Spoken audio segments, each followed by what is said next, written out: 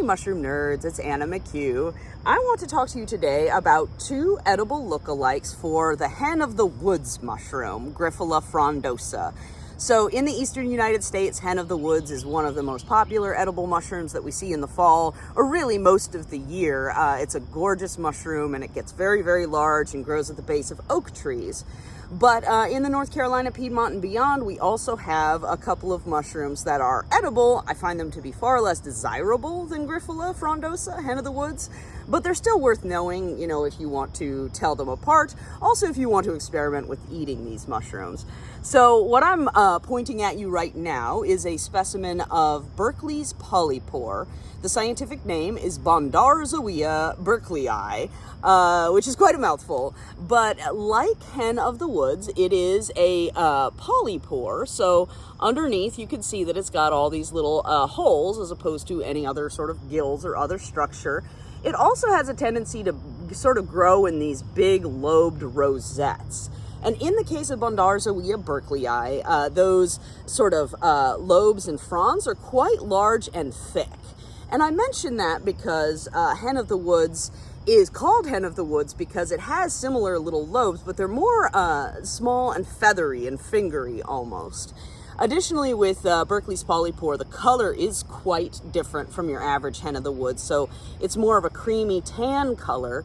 And you can see that it has, again, these concentric growth zones, which is really common with similar mushrooms like chicken of the woods. You'll see it on hen of the woods, and you'll see it on this other mushroom I'm about to show you. As far as eating this mushroom is concerned, you want to cook it thoroughly. I know a lot of people who actually will marinate it in like teriyaki and make it into a jerky. I don't eat this mushroom very frequently. It tends to take some of the off flavors that also are a turn off with chicken of the woods. So it's just sort of like a little chemically and a little bit of an off flavor, but nonetheless, you know, it's a great mushroom to find. And when it is smaller and a little more tender, I am a little more inclined to experiment with it.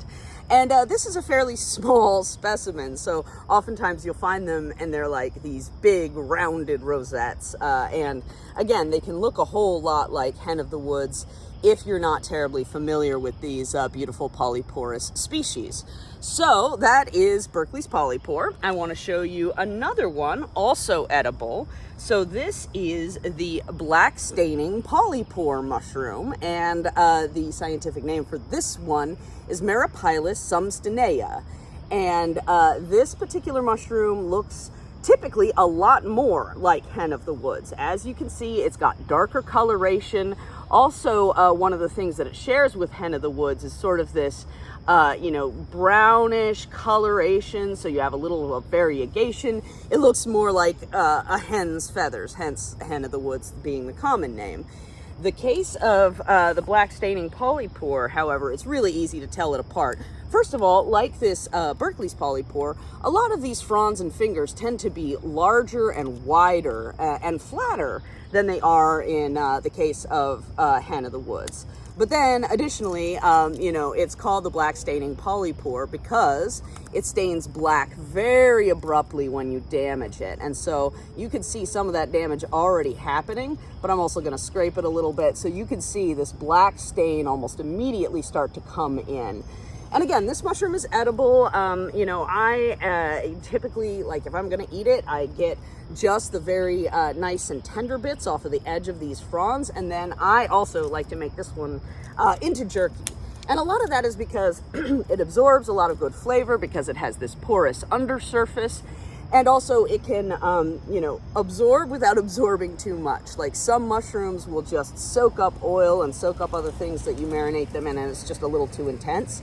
But, you know, these polyporous mushrooms are quite good at, you know, taking a good soaking in delicious things and then being turned into jerky. So these are two mushrooms to look out for. I haven't seen any Grifola yet. I would expect the weather to get a little cooler before we start to see them come up.